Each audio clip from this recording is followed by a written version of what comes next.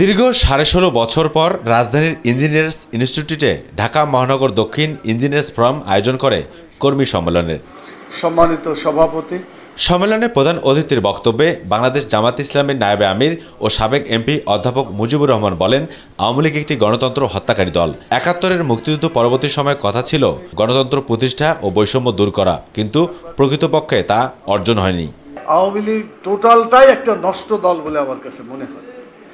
দেখেন, ওর নাম ছিল আওয়ামী মুসলিম লীগ, মুসলিমটা কাটাই দিল। এটা আশা করা গিয়েছিল যে আমার ভোট আমি দিব, যাকে ইচ্ছা তাকে দিব, এই আশা নিয়ে মানুষ স্বাধীনতা যুদ্ধে ঝাঁপিয়ে পড়েছিল।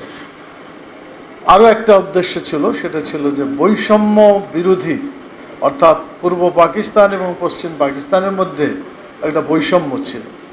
এই বৈষম্য দূর করার জন্যই 71-এ আন্দোলনটা খুবই বেগবান হয়েছিল। এছাড়াও 5 আগস্ট গণ অভ্যুত্থানে বিগত সরকারের পতনের প্রসঙ্গ তুলে ধরে জামাতে ইসলামের নায়েবে আমির অধ্যাপক মুজিবুর রহমান বলেন, নতুন বাংলাদেশে আর কোনো ফ্যাসিবাদীদের জায়গা হবে না। যারা বাংলাদেশে আছে তাদেরকে বলবো, ভুল যেটা করেছেন তওবা করেন, এখান থেকে ফিরে আসেন।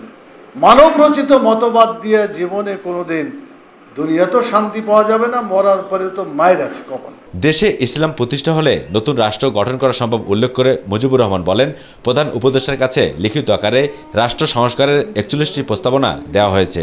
যতক্ষণ পর্যন্ত দেশ, জাতি এবং রাষ্ট্র আল্লাহর বিধান অনুযায়ী পরিচালিত না হবে, ততক্ষণ পর্যন্ত মানুষের মুক্তি অর্জন কিছুতেই সম্ভব না।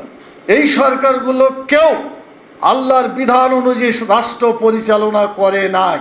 দেশে একটি অবাধ, সুষ্ঠু, নিরপেক্ষ নির্বাচন দিতে প্রধান উপদেষ্টাকে রাষ্ট্র সংস্কার শেষে নির্বাচন দেওয়ারও আহ্বান জানান জামাতের এই নায়েবে আমির। কেয়ারটেকার নির্বাচনের মাধ্যমে সুন্দর নির্বাচন হয়, সেটাকে বাতিল করে দিল। এখন অবশ্য চেষ্টা করা হচ্ছে।